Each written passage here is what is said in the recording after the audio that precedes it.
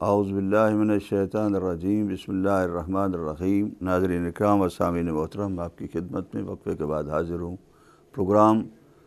معارف اسلامیہ کے اندر معرفت آل مصطفیٰ صلی اللہ علیہ وآلہ وسلم کے ساتھ۔ آج ڈسکس کر رہا ہوں میں آیہ مودت کے بارے میں کہ آیہ مودت کو تقریباً 23 صحابہ اور تابعین نے نقل فرمایا کہ قربہ سے مراد جو ہے وہ آل محمد علیہ السلام، اور بعض جگہوں پر علی و بطول اور حسنین علیہ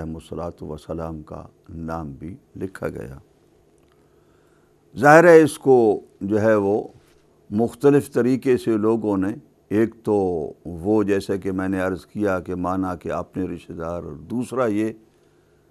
کہ یہ مکی سورہ ہے اور مکے میں حسنین تو تھے نہیں، اس لیے جو ہے وہ اس کو تعبیر کرتے ہیں۔ حالانکہ بہت سے لوگوں نے اس بات کا اقرار کیا ہے کہ یہ مکی سورہ نہیں ہے، مکی سورہ ہے لیکن اس کے اندر 4 آیتیں جو ہیں وہ مدنی ہیں، جیسا کہ عام طور پر ہوتا ہے کہ بعض سوروں کے اندر یہ آیا۔ حالانکہ مختلف قسم کے جو اہل سنت کے راویان اور مفسرین ہیں، جو بہت ہی سخت ہیں اس سلسلے میں، کہ جو یعنی اس چیز کو ماننے کے لیے تیار نہیں ہوتے بعض اوقات، اور تعصب کی پٹی اتارنے کے لیے تیار نہیں ہوتے، ان لوگوں میں سے بھی بعض لوگوں نے اس بات کا اقرار کیا ہے کہ یہ آل محمد علیہ السلام کے بارے میں جو آیت ہے اور اس کے بعد 4 آیتیں ہیں، یہ آیتیں جو ہیں وہ مدینے کے اندر نازل ہوئیں، اور باقی اس کے علاوہ جو سورہ ہے وہ سورہ جو ہے وہ مکے کے اندر نازل ہوا۔ اسی طریقے سے روایات ہیں بہت سی کہ جن میں نبی اکرم صلی اللہ علیہ وآلہ وسلم نے، جیسا کہ میں نے عرض کیا کہ 42 کے قریب جو ہیں وہ روات اور محدثین ہیں کہ جنہوں نے اس بات کو نقل کیا، اور جس کا قریباً ایک نمونے کے طور پر کہ جو مناقب نے اپنی کتاب کے اندر نقل کیا ہے کہ انہوں نے کہا ہے کہ سعید ابن، باقی راویوں کا نام چھوڑتا ہوں، کہ سعید ابن جبیر نے ابن عباس سے روایت کی، قال لما نزلت قل لا اسألکم علیہ اجرا الا المودۃ فی القربى قالوا یا رسول اللہ، اے رسول اللہ صلی اللہ علیہ وآلہ وسلم، من قرابتک ہؤلاء الذین وجبت علینا مودتہم، پوچھنا اور سوال کا انداز دیکھیے گا کہ وہ مودت کو واجب سمجھتے تھے کہ وہ کون قرابت دار ہیں کہ جن کی محبت اور مودت جو ہے وہ ہمارے اوپر اللہ سبحانہ وتعالیٰ نے واجب قرار دی ہے۔ قال، رسول اکرم صلی اللہ علیہ وآلہ وسلم نے ارشاد فرمایا، علی و فاطمہ و ابناہا، علی اور فاطمہ اور ان کے دونوں بیٹے۔ اسی طریقے سے ترمذی کے اندر وہاں بھی یہی روایت اسی طریقے سے نقل ہوئی ہے کہ سعید ابن جبیر سے پوچھا، اور سعید ابن جبیر نے ابن عباس سے نقل کیا ہے کہ آل محمد مراد ہیں اس سے قربہ سے کہ جن کی محبت جو ہے وہ واجب ہے۔ اب یہ قرطبی نے کہا ہے کہ سورہ شورى مکیہ ہے، الا 4 آیات منہا انزلت بالمدینہ، اس میں سے 4 آیتیں جو ہیں وہ مدینے کے اندر نازل ہوئیں، ان میں سے قل لا اسألکم علیہ اجرا الا المودۃ فی القربى۔ اسی طریقے سے ابو حیان نے ابن عباس سے نقل کیا ہے، اور انہوں نے کہا ہے کہ 4 آیتیں جو ہیں وہ مکی نہیں ہیں، باقی مدنی ہیں۔ شوکانی نے نقل کیا ہے اور قتادہ نے کہ سورہ مکی ہے لیکن 4 آیتیں جو ہیں وہ مدنی ہیں، اور پھر آلوسی جیسے شخص نے بھی یہی کہا ہے کہ سورہ مکی ہے لیکن یہ 4 آیتیں جو ہیں وہ مکی ہیں۔ مقاتل نے یہی کہا۔ اسی طریقے سے دوسرے لوگوں نے بھی بہت سی روایت ہیں کہ جنہوں نے نقل کیا ہے کہ یہ مدینے کے اندر یہ آیتیں نازل ہوئیں کہ جب حسنین علیہم السلام کی ولادت ہو چکی تھی۔ اسی لیے پہلے رسول اکرم مکے کے اندر جو آیت نازل ہوئی اجر رسالت کے بارے میں، اس کے اندر ارشاد فرماتے ہیں کہ میں تم سے کوئی اجر نہیں چاہتا، لیکن مدینے کے اندر جو آیت نازل ہوئی اس کے اندر اللہ سبحانہ وتعالیٰ کی طرف سے اجر مانگ رہے ہیں، اس لیے کہ وہ جو اجر رسالت جو اللہ سبحانہ وتعالیٰ کو رسول اکرم صلی اللہ علیہ وآلہ وسلم کو چاہیے تھا، اب وہ جو ہے اس دنیا کے اندر لوگوں کے سامنے موجود تھا۔ اس لیے اس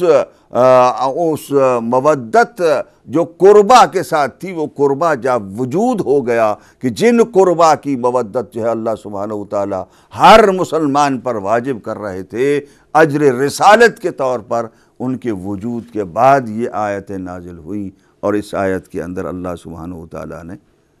ان کی محبت کو واجب قرار دیا اجر رسالت کے طور پر۔ اور اجر رسالت یقیناً مسلمان سمجھتے ہوں گے، تو کیا اجر رسالت بنانے کے بعد بھی اب بھی کوئی دوسرا شخص خالی محبت کہی ہے؟ کیا ان کی فضیلت کوئی نہیں؟ پھر اس کے بعد کسی دوسرے شخص کو رسول اکرم کے بعد افضل البشر کرنا کتنی ناانصافی ہے معاشرے کے اندر، یعنی خاص طور پر مسلمانوں کے معاشرے کے اندر۔ قرآن مجید کی آیات کا انکار ہے کیا یہ؟ میں نہیں کہہ رہا ہوں، سوچئے کیا اس سے قرآن مجید کا انکار ثابت ہوگا کہ قرآن مجید کی آیات یہ کہہ رہی ہیں اور آپ دوسری بات کہہ رہے ہیں، قرآن مجید کے خلاف جا رہے ہیں؟ یا بعض آیتوں کو تسلیم کرتے ہیں اور بعض آیتوں کو نہیں تسلیم کرتے ہیں؟ آل محمد پر جب سختی کا دن تھا، سختی کا موقع ہوتا تھا اور مصیبت کا وقت ہوتا ہے، جب ان کے دکھوں کے ساتھ کوئی دکھ جو ہے وہ شریک نہیں ہو سکتا ہے، مقابلہ اور موازنے میں نہیں آ سکتا ہے، جس طریقے سے ان کی مصائب اور ان کے غم کے اندر کوئی دوسرا موازنہ نہیں کیا جا سکتا اور نہ ہے تاریخ کے اندر، اسی طریقے سے ان کی فضیلت کے اندر بھی کسی دوسرے کا رسول اکرم کے بعد موازنہ کرنا ناانصافی ہے۔ اور اس ناانصافی کو اگر آج بھی مسلمان سمجھ لیں تو یقیناً وہ اپنی آخرت کا سامان کر لیں گے اور قائم آل محمد علیہ السلام کے سامنے سرخرو ہوں گے۔ اس لیے میں نے عرض کیا کہ محمد ابن عمارہ نے روایت کی ہے اور جریر طبری نے اس کو نقل کیا ہے کہ انہوں نے یہ نقل کیا کہ ابی دیلم سے میں نے سنا کہ قال لما جی ابی علی ابن الحسین، جب علی ابن الحسین علیہ السلام کو اسیراً قیدی بنا کر لایا گیا، فاقیم علی درج دمشق، تو دمشق کے دروازے کے اوپر، دروازے کی سیڑھیوں کے اوپر اس کو کھڑا کر دیا گیا ان کو۔ قام رجل من اہل شام، تو شام میں کے لوگوں میں سے ایک شخص کھڑا ہوا، یہ طبری روایت کر رہے ہیں اور دوسری کتب کے اندر بھی ہے اور سب شیعہ کتب کے اندر بھی ہے۔ فقال الحمدللہ الذی، اس شخص نے یہ کہا حمد اس اللہ کی قتلکم، جس نے تمہیں قتل کیا۔ امام علی زین العابدین علیہ السلام کو شام کے دربار کے پہلے دروازے کے سامنے کھڑا ہو کر ایک شخص کہہ رہا ہے وقت الفتنۃ، اور تمہارے فتنے سے کو کاٹ دیا۔ یہ امام علیہ السلام کچھ کہہ رہا ہے۔ فقال له علی ابن الحسین علیہ السلام، علی ابن الحسین علیہ السلام نے ارشاد فرمایا اقرأت القرآن، قرآن پڑھا ہے؟ قال نعم، تو آپ نے ارشاد فرمایا فقرأت آل حامیم، تو آل حامیم کو آپ نے پڑھا ہے؟ یہ آئے مودت کو آل محمد علیہ السلام آل حامیم کے نام دیتے تھے۔ امیر المومنین کی روایت بھی اسی طریقے سے۔ قال قرأت، میں نے پڑھا ہے قرآن، ولم اقرأ آل حامیم، لیکن میں نے آل حامیم کے بارے میں کچھ نہیں پڑھا۔ قال ما قرأت قل لا اسألکم علیہ اجرا الا المودۃ فی القربى، کوئی اور آیت پیش کرتے، لیکن جانتے تھے، امام تھے، معصوم تھے کہ اجر رسالت ادا کرنے کا جن کو کہا گیا تھا انہی مسلمانوں نے ان کے ساتھ کیا ظلم کیا ہے، تو کیا یہ آیت بھی پڑھی ہے اے مودت؟ قال وانکم لانتم ہم، کیا آپ ہیں وہ؟ قال نعم، آپ نے ارشاد فرمایا کہ ہاں۔ اس کے بعد اس نے معافی مانگی اور وہ ان کے قدموں میں گرا۔ یعنی امام علی زین العابدین علیہ الصلوۃ والسلام یہ ارشاد فرما رہے ہیں کہ ہم ہیں وہ قربا کی جن کی محبت اجر رسالت بنائی گئی ہے۔ رسول اکرم ارشاد فرما رہے ہیں، جب ان سے پوچھا جاتا ہے، سعید ابن جبیر، جیسا کہ میں نے روایت کی ہے، طبرانی نے بھی وہی روایت بیان کی ہے کہ جو مناقب نے بیان کی ہے، انہوں نے بھی یہی کہا کہ جب پوچھا گیا، قالوا یا رسول اللہ من قرابتک ہؤلاء الذین وجبت علینا مودتنا، قال علی و فاطمہ و ابناہما، علی اور فاطمہ اور ان کے دونوں بیٹے۔ اسی طریقے سے ہر موقع پر ائمہ ہدیٰ علیہم الصلوۃ والسلام نے یہ ارشاد فرمایا ہے کہ ہم ہیں کہ جن کی محبت اللہ سبحانہ و تعالیٰ نے واجب قرار دی ہے۔ یہاں تک کہ امیر المومنین کی شہادت ہوئی، اور اس شہادت کے بعد بھی جب پہلا خطبہ دینے آئے میرے اور آپ کے دوسرے امام حسن مجتبیٰ علیہ الصلوۃ والسلام، تو انہوں نے اس خطبے کے اندر ارشاد فرمایا، ایھا الناس، اے لوگو، من عرفنی فقد عرفنی ومن لم یعرفنی فانا الحسن ابن علی، میں حسن ابن علی ہوں، جو نہیں جانتا، وانا ابن النبی وانا ابن الوصی وانا ابن البشیر، میں نبی، وصی اور بشیر کا بیٹا ہوں۔ یہ حاکم نے اپنی تفسیر کے اندر لکھا ہے، اور دوسری ساری کتابوں کے اندر یہ خطبہ امام حسن مجتبیٰ علیہ الصلوۃ والسلام کا اہل سنت کی جو تاریخ اور تفسیر کی کتابیں ہیں، مختلف مواقع پر انہوں نے ذکر کیا۔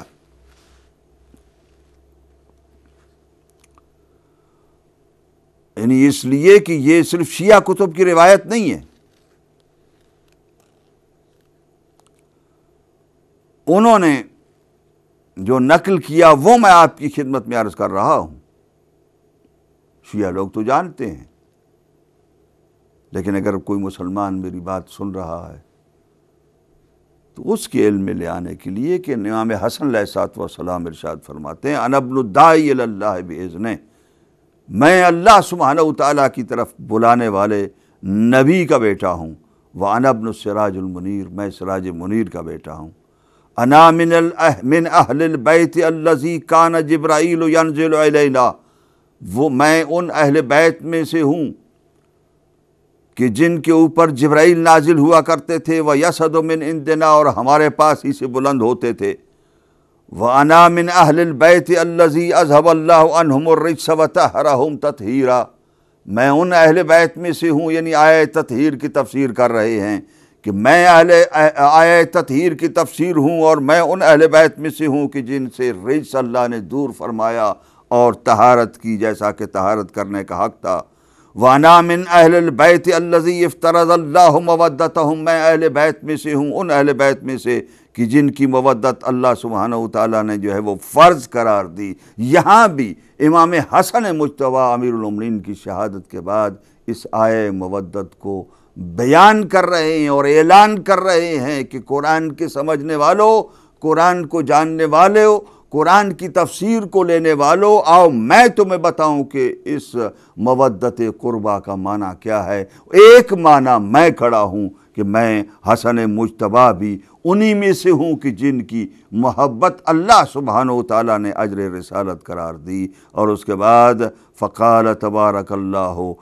و تعالی لنبیہ صلی اللہ علیہ وآلہ وسلم، اس آیت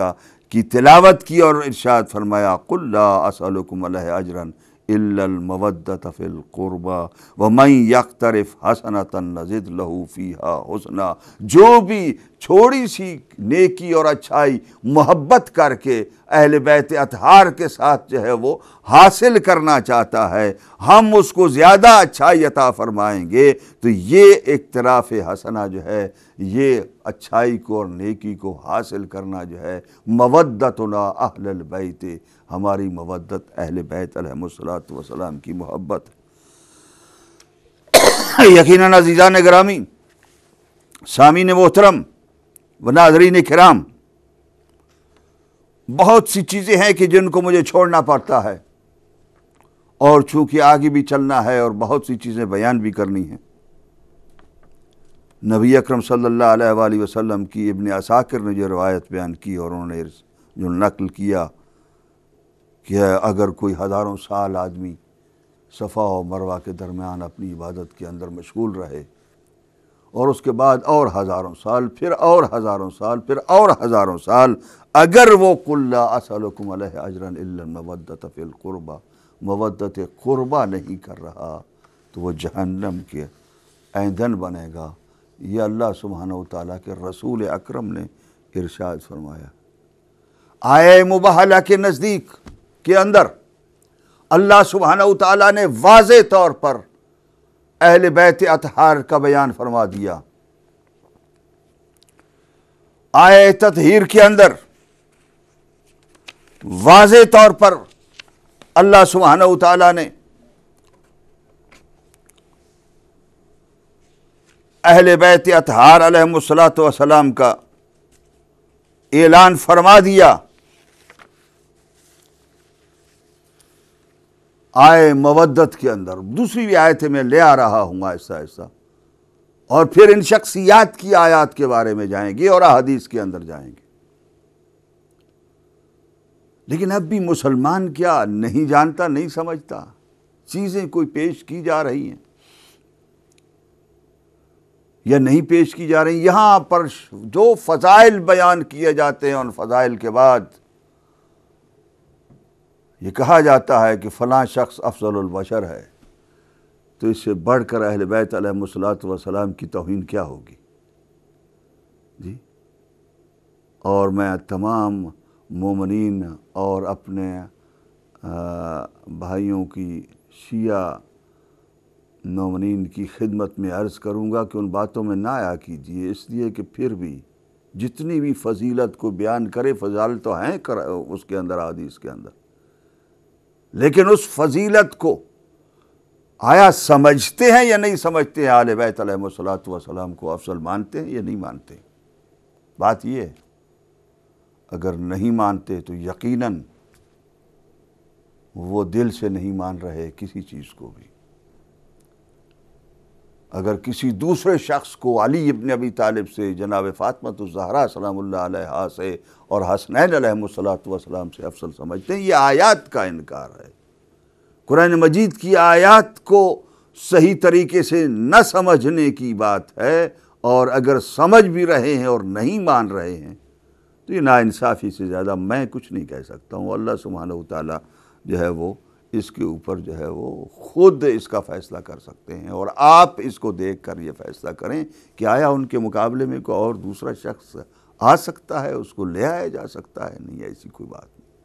ایسا نہیں ہو سکتا۔ اور یہی بات تھی مسلمانوں کے اندر کہ آج تک قرآن کو نہیں سمجھے، اور قرآن کو صحیح معنوں میں اگر جو قرآن جس معنی کے ساتھ، جس مقصد کے ساتھ حاصل ہوا اس کو سمجھ لیتے تو آج اسلام کی یہ حالت نہ ہوتی۔ اور اس اسلام کی حالت کے اندر آج جو ہم آج بھی ظلم دیکھ رہے ہیں، وہی اسلام کے اندر ایک مسلمان کا دوسرے مسلمان کے اوپر، اور پھر وہ بھی مسلم ہے، یہ بھی مسلمان، اس کو تو مسلمان ہی نہیں مانتے۔ مسلمان آپس میں جنگ کر رہے ہیں، اور دوسرے سوچ رہے ہیں کہ جی کیا پاکستان سوچ رہا ہے کہ اس جنگ کے اندر ہم جائیں کہ مسلمانوں کو مارنے کے لیے، مسلمان بچوں کو شہید کرنے کے لیے، شاہ کے چیلے جو زیادہ تیز ہوتے ہیں اس کا کردار ادا کرنے کے لیے پاکستان آگے بڑھنا چاہتا ہے اور گیم کھیل رہا ہے۔ اللہ محفوظ رکھے پاکستان کو ایسے سیاستدانوں سے کہ جو پاکستان کو ایسی جنگ کے اندر لے جانا چاہتے ہیں۔ لیکن اس کے اندر انہوں نے یہ نہیں دیکھا کہ ہم یمن کے اندر کس کو مارنے کے لیے جا رہے ہیں۔ میں زیادہ تفصیل کے اندر نہیں جا سکتا، لیکن اتنا عرض کروں گا کہ بخاری کے اندر پڑھ لیجئے، وہ آپ کی کتاب ہے، اور اس کتاب کے اندر روایات کو دیکھ لیجئے جو غزوات کے باب کے اندر ہیں، اس میں حدیث ہے، حدیث نمبر 1517 جو اس کتاب والے نے نقل کی ہے، جس نے اس کے ترجمے کے اندر بھی خیانت کی ہے، جو اردو کا ترجمہ اس نے کیا ہے۔ کہ ابن مسعود ان نبی صلی اللہ علیہ وآلہ وسلم قال الایمان ہا ہنا، رسول اکرم صلی اللہ علیہ وآلہ وسلم مدینے میں کھڑے تھے اور آپ نے ارشاد فرمایا کہ ایمان یہاں پر ہے۔ وَأَشَارَ بِيَدِهِ إِلَى الْيَمَنِ، اور نبی اکرم نے اپنے ہاتھ سے یمن کی طرف اشارہ کیا کہ ایمان یہاں پر ہے۔ وَالْجَفَاءُ وَغِلْظُ الْقُلُوبِ فِي الْفَدَّادِينَ، اور جفا، ظلم اور دل کی سختی، دلوں کی سختی جو ہے ان فدادین کے اندر ہے کہ جو اونٹوں کی دموں کے ساتھ چمٹے ہوئے یہاں تک رہتے ہیں کہ وہ دو شیطان جو ہیں وہ ظاہر ہوتے ہیں، قرنا الشیطان، ربیہ، مضر، جو بہت بڑے قبیلے تھے جن کو رسول اکرم صلی اللہ علیہ وآلہ وسلم نے شیطان کا سینگ کہا۔ ایمان کس کے پاس کہا ہے؟ جہاں پر کھڑے تھے وہی حجاز کے اندر، وہی سعودی عرب کی سرزمین کے اندر، ارشاد فرماتے ہیں کہ یہاں سے شیطان کے سر نکلیں گے، شیطان کے جو ہے وہ سینگ ہوں گے، اور اس شیطان کے سینگوں کا ترجمہ انہوں نے کیا کیا ہے؟ جہاں سے سورج نکلتا ہے، ترجمہ یہ ہوا ہے۔ میرے پاس جو ہے وہ پرنٹڈ چیز موجود ہے جس کو میں دکھا سکتا ہوں جو دیکھنا چاہے۔ پھر اس کے بعد دوسری روایت 1519 ہے اسی طریقے سے، اس کے اندر ارشاد فرماتے ہیں، ابو ہریرہ سے ہے کہ ان النبی صلی اللہ علیہ وآلہ وسلم قال الایمان یمان، ایمان جو ہے وہ یمنی ہے، یمن کے اندر ایمان ہے۔ والفتنۃ ہا ہنا، اور دو مرتبہ کہا، جہاں پر کھڑے تھے وہاں پر اشارہ کر رہے تھے، والفتنۃ ہا ہنا، ہا ہنا، فتنہ یہاں پر ہے، فتنہ یہاں پر ہے۔ یطلع قرن الشیطان، کہ جہاں سے شیطان کا سینگ نکلے گا، شیطنت یہاں سے ہوگی، شیطنت اس جگہ سے جو ہے وہ کی جائے گی، شیطنت اس جگہ سے جو ہے وہ کی جا سکتی ہے، اور آج بھی مسلمان دیکھ رہا ہے۔ یمنی کو نہیں پہچانتے ہیں، یمنی کو نہیں جانتے، ویسے کرنی یمنی تھے، اور جب ویسے کرنی کو بارے میں روایات ہیں کہ نبی اکرم صلی اللہ علیہ وآلہ وسلم نے اپنے صحابہ سے ارشاد فرمایا کہ جب ویسے کرنی کو ملنا تو اس سے شفاعت طلب کرنا، سفارش کرانا کہ تمہاری بخشش ہو جائے۔ جب ملے اور ویسے کرنی سے کہا تو ویسے کرنی نے کہا کہ جس نے کہا ہے اس سے شفاعت تم حاصل نہیں کر سکے ہو تو مجھ سے کیسے حاصل کر سکو گے؟ یمنی وہ یہ کہہ رہا ہے، اور نبی اکرم صلی اللہ علیہ وآلہ وسلم یمن کے اندر ایمان کو بتا رہے ہیں کہ ایمان یمن کے اندر ہوگا، یہاں تک کہ آپ نے یہ ارشاد فرمایا کہ قالا، حدیث نمبر 1520 ہے، بخاری کے اندر حدیث نمبر 1517، غزوات کے باب کے اندر حدیث نمبر 1518، 19 اور 20، اور 20 کے اندر یہ ہے، اور یہی اسی قسم کا ذکر ہے۔ آپ ارشاد فرماتے ہیں قالا اتاکم اہل الیمن، نبی اکرم صلی اللہ علیہ وآلہ وسلم سے ہے تو آپ نے ارشاد فرمایا کہ تمہارے پاس اہل یمن آتے ہیں کہ جو اضعف قلوبا، جن کے دل بہت کمزور ہیں، بہت ملائم ہیں، وَأَرَقُّ أَفْئِدَةً، جن کے جگر جو ہے وہ جگر بہت ہی رقیق ہے اور نرم ہیں۔ الفقہ یمان، فقہ جو ہے وہ یمنی ہے، والحکمت یمانیۃ، حکمت بھی یمانیہ ہے، فقہ بھی جو ہے وہ یمن کے اندر ہے، اور حکمت بھی یمن کے اندر ہے۔ یمن کی تعریف رسول اعظم صلی اللہ علیہ وآلہ وسلم، حضرت مصطفیٰ صلی اللہ علیہ وآلہ وسلم کر رہے ہیں، اور اسی یمن کے سویلین کو مارنے کے لیے سارے مسلمان اکٹھے ہو کر حملے کر رہے ہیں جہازوں سے۔ اگر قرآن کو اور آل محمد علیہ السلام کے دین کو، ان کے پیغام کو صحیح طریقے سے مانا ہوتا تو یقیناً اس طریقے سے آج مسلمانوں کی حالت نہ ہوتی۔ کاش کہ مسلمان سمجھتے کہ یمنی بھی مسلمان ہیں، یمنی بھی مومن ہیں، یمنی بھی قرآن کو مانتے ہیں، اور جن سعودی لوگوں یعنی جن لوگوں کی حکومت، مکے اور مدینے کی بات نہیں کر رہا، جو مکے اور مدینے پر جو حکمران ہیں ان حکمرانوں کی بات کر رہا ہوں، جن کی حکمرانی ہے ان سے یمنی بہت بہتر ہیں، اور ان سے بہتر مخلوق پر حملہ کرنے کے لیے کمتر مخلوق کا ساتھ دینا، یہ تاریخ کی ایک حقیقت ہے کہ کل بھی یہی ہوا کہ کمتر لوگوں کا ساتھ دیا گیا، بہتر لوگوں کو چھوڑ دیا گیا۔ کاش کہ مسلمان یہ سمجھتا، کاش کہ مسلمانوں کے اندر یہ غیرت ہوتی اور احساس ہوتا اور اتنی حساسیت ہوتی کہ وہ سمجھتے کہ یمن کے اوپر اس طریقے سے نہ چڑھائی کریں، یمن کے اوپر اس طریقے سے حملہ نہ کریں، اگر وہ آپس میں لڑ رہے ہیں تو ان کی صلح کرائیں، اور اس صلح کرانے کے ساتھ مسلمانوں کو اس راستے پر نہ لے جائیں کہ مسلمان ایک دوسرے کو قتل کر کے اسرائیل و امریکہ کو خوش کریں۔ اللہ سبحانہ وتعالی ہمیں آل محمد کے راستے پر، اگر آل محمد کے راستے پر چلنے کی توفیق ہوتی تو یہ حکمت اور یہ فقہ جو اللہ سبحانہ وتعالی نے یمن کو دی تھی ہمیں بھی عطا ہوتی، اور اللہ سبحانہ وتعالی ہمیں اس سوچ کے مطابق عمل کرنے کی توفیق عطا فرماتے۔ لیکن اگر ایسا عمل نہیں ہے تو یقیناً ہم غلطی پر ہیں، اور اللہ سبحانہ وتعالیٰ سے دعا مانگتے ہیں کہ اللہ سبحانہ وتعالیٰ آل محمد علیہ الصلوۃ کے تصدق میں ہمیں حکمت بھی عطا فرمائے، ہمیں موعظہ بھی عطا فرمائے، ہمیں نصیحت حاصل کرنے کی توفیق عطا فرمائے، اور ہم مسلمانوں کو دین آل محمد اور دین آل مصطفیٰ کو سمجھنے کی توفیق عطا فرمائے، آل مصطفیٰ کو صحیح معنوں میں سمجھنے کے ساتھ۔ ربنا تقبل منا انک انت السمیع العلیم۔